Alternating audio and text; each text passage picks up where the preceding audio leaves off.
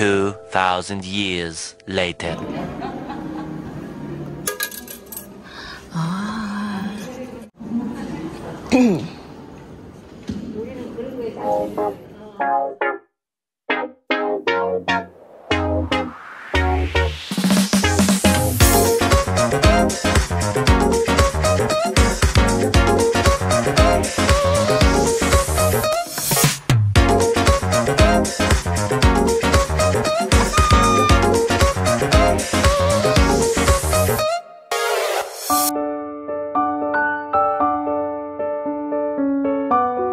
Halo Sobat Piknik semua, kali ini Krigit masih dari Korea ngajakin kamu jalan-jalan ke sejumlah tempat di musim panas ini.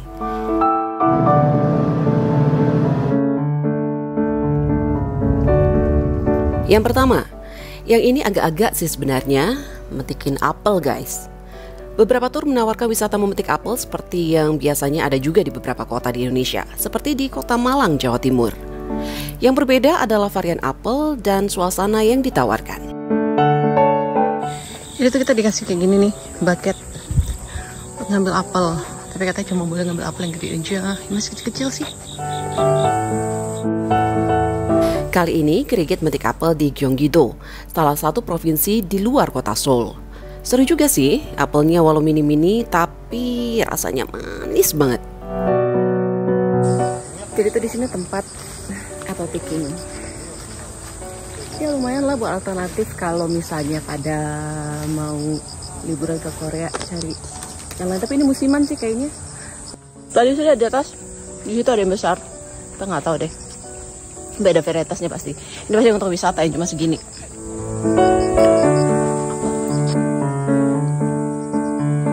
Tenang, jangan panik. Ini palsu. Destinasi selanjutnya masih di Gyeonggi-do juga, yaitu Herb Island. Herb Island ini terletak di pegunungan Pocheon, Gyeonggi-do. Salah satu paling gue benci kalau liburan atau juga datang Korea adalah mendaki gunung. Semuanya didaki kalau di sini mah. Wah, aku harus menyerah. Ini nggak kelihatan tapi tadi naik terus. Aku harus bagaimana? Untuk merayakan kehadiran musim gugur pada bulan September hingga November setiap tahunnya, Herb Island mengadakan festival bernama Pink Muhly Festival. Nama Pink Muhly Festival sendiri diambil dari nama rumput muhly merah muda yang mekar hanya di musim gugur. Ini katanya tanaman khas musim gugurnya Korea. Ini juga belum maksimal sih menurutku kayaknya. Harusnya bisa lebih pink lagi ya.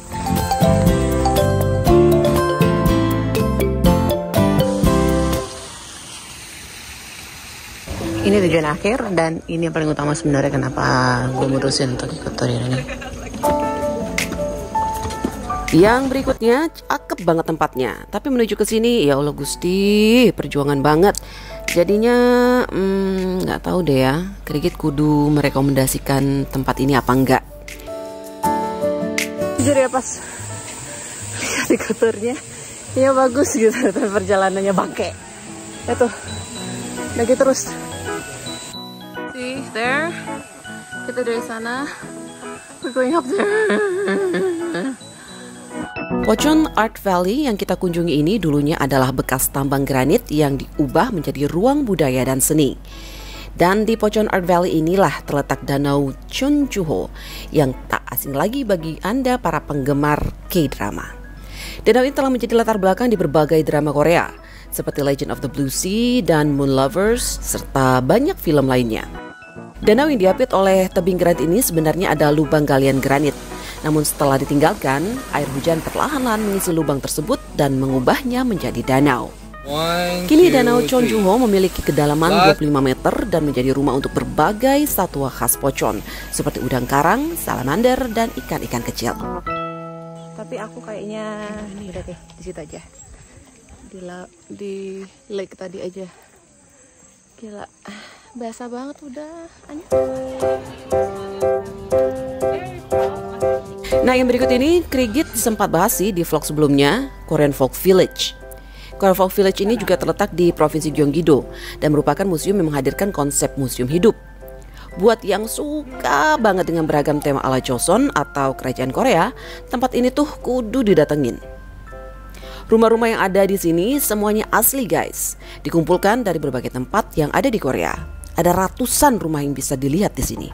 Jadi kalau Pak RT zaman dulu nih, kalau nyetrika tuh kayak gini nih. Katanya supaya rapi. Tapi nggak diginiin ya. Coba diginiin aja. Kimchi. Cadan. Gochujang. Oh iya, itu ada cabai-cabean. Saus fermentasi.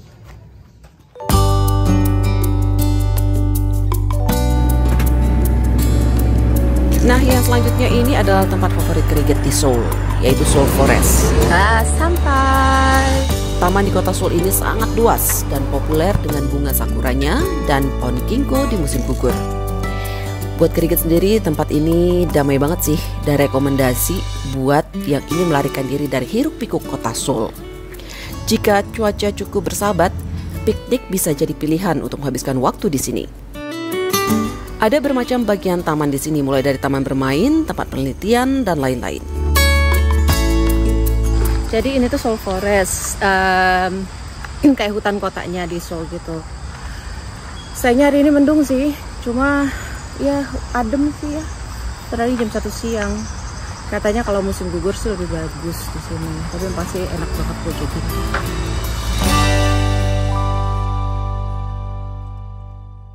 Ini selanjutnya kita mau ke situ. Nggak tahu deh buka apa enggak. Terakhir kali kesini sih tutup ya. Selanjutnya, Seolung dan Jongneung Royal Tomb.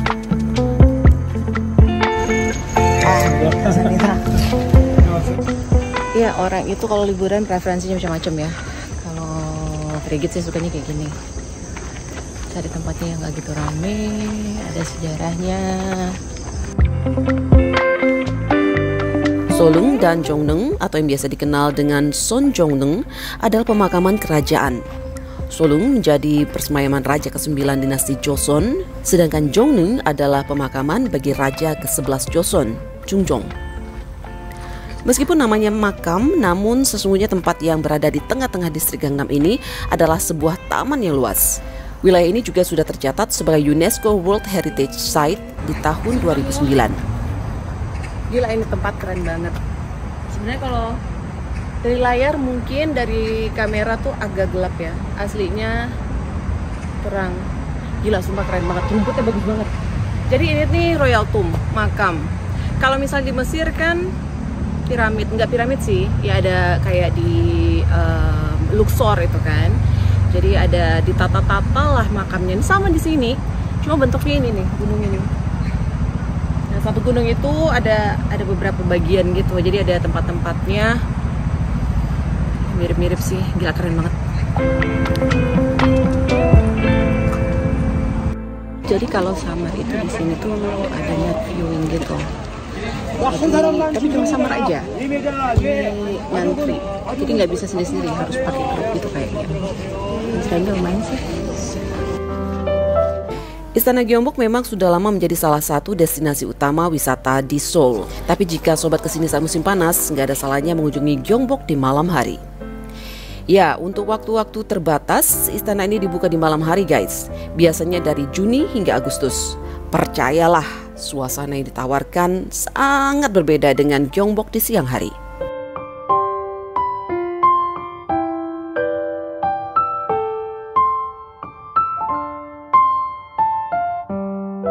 It's completely different atmosphere.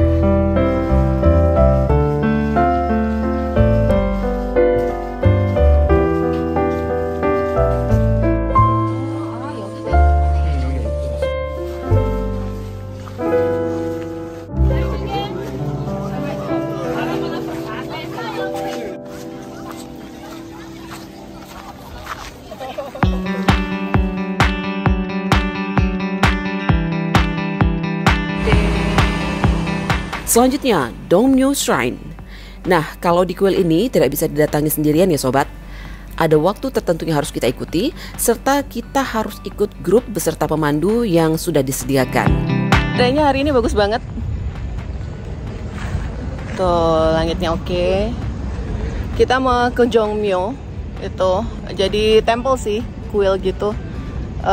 salah satu lokasi UNESCO World Heritage yang ada di kota Seoul. Seperti biasa, sukanya kan lihat tempat yang sejarah ya.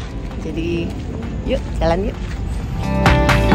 Jongmyo sendiri adalah kuil Konfusius yang dibuat untuk menyimpan tablet memorial dari raja serta ratu dari dinasti Joseon yang terletak di kota Seoul, Korea Selatan.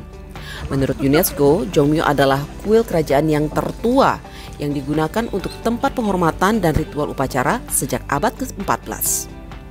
Kuil Jongmyo dijadikan sebagai situs warisan budaya oleh UNESCO di tahun 1995.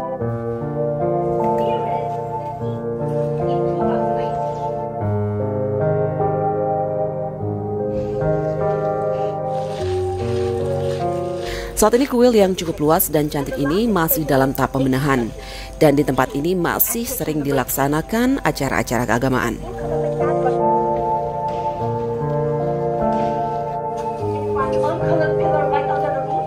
Oke, ini sebenarnya tempat yang utamanya, cuma lagi renovasi, baru selesai November.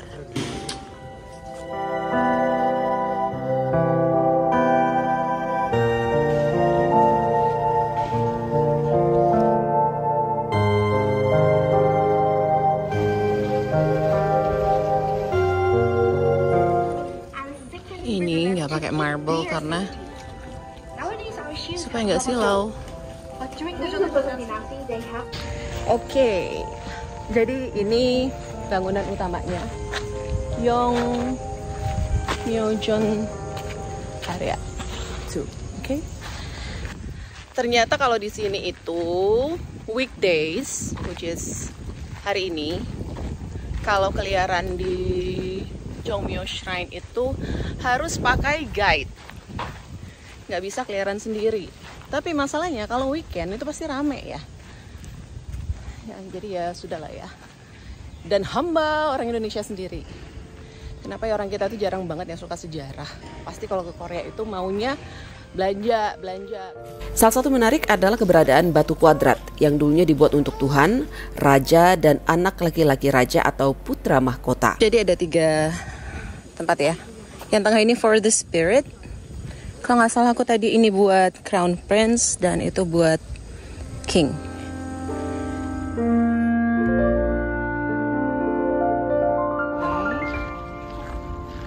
Ya, selamat pagi.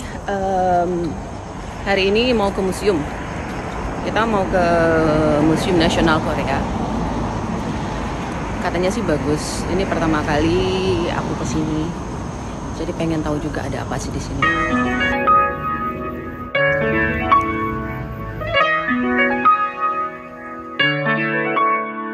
Museum Nasional Korea atau National Museum of Korea adalah sebuah museum yang terletak di Seoul, Korea Selatan. Bisa dibilang museum ini menjadi perpaduan yang cantik antara unsur modern dan kuno. Itu ada jual tiket sih, bentar ya. Nah, itu ada jual tiket, tapi tiket itu hanya untuk ke Special Exhibition Gallery. Kalau yang untuk umum, yang biasa ya, exhibition biasa, itu gratis. Jadi optional aja mau kemana. Kita kesini dulu. Museum Nasional Korea merupakan museum yang terbesar di Korea Selatan dan menampilkan benda-benda bersejarah Korea yang penting seperti artefak zaman Paleotikum serta 3 kerajaan Korea. Di salah satu bagian yang ada di sini, ini nunjukin masa-masa prehistoriknya Korea. Ya, sama kayak di Indonesia sih ya. Cuma mungkin bentuk peralatannya aja yang sedikit berbeda.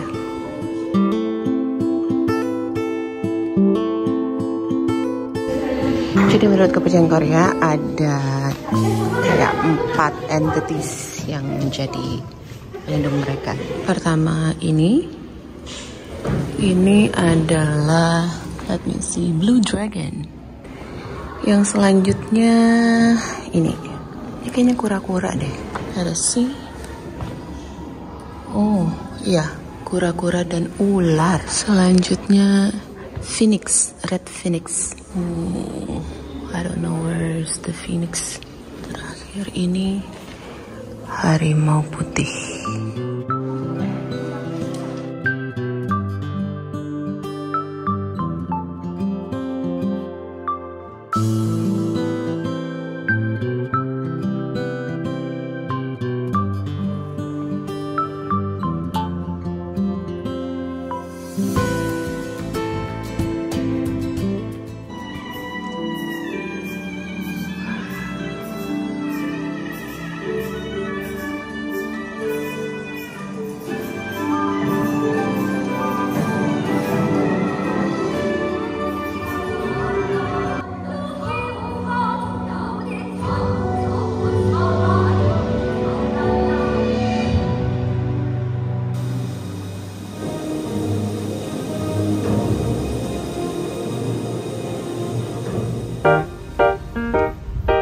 Museum Kerajinan Seoul yang selanjutnya adalah Semuka.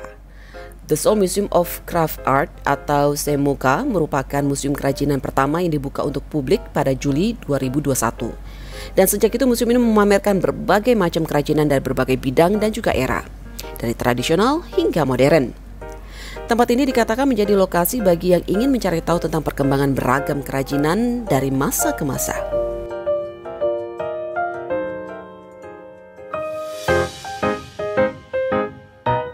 Nah sobat, itu tadi beberapa lokasi yang Krigit rekomendasikan untuk kamu samperin jika ke Korea di musim panas. Dan jangan lupa untuk like, share, dan kasih komen ya di channel Krigit Piknik. Pamit dulu ya sobat, sampai jumpa lagi. Annyeong.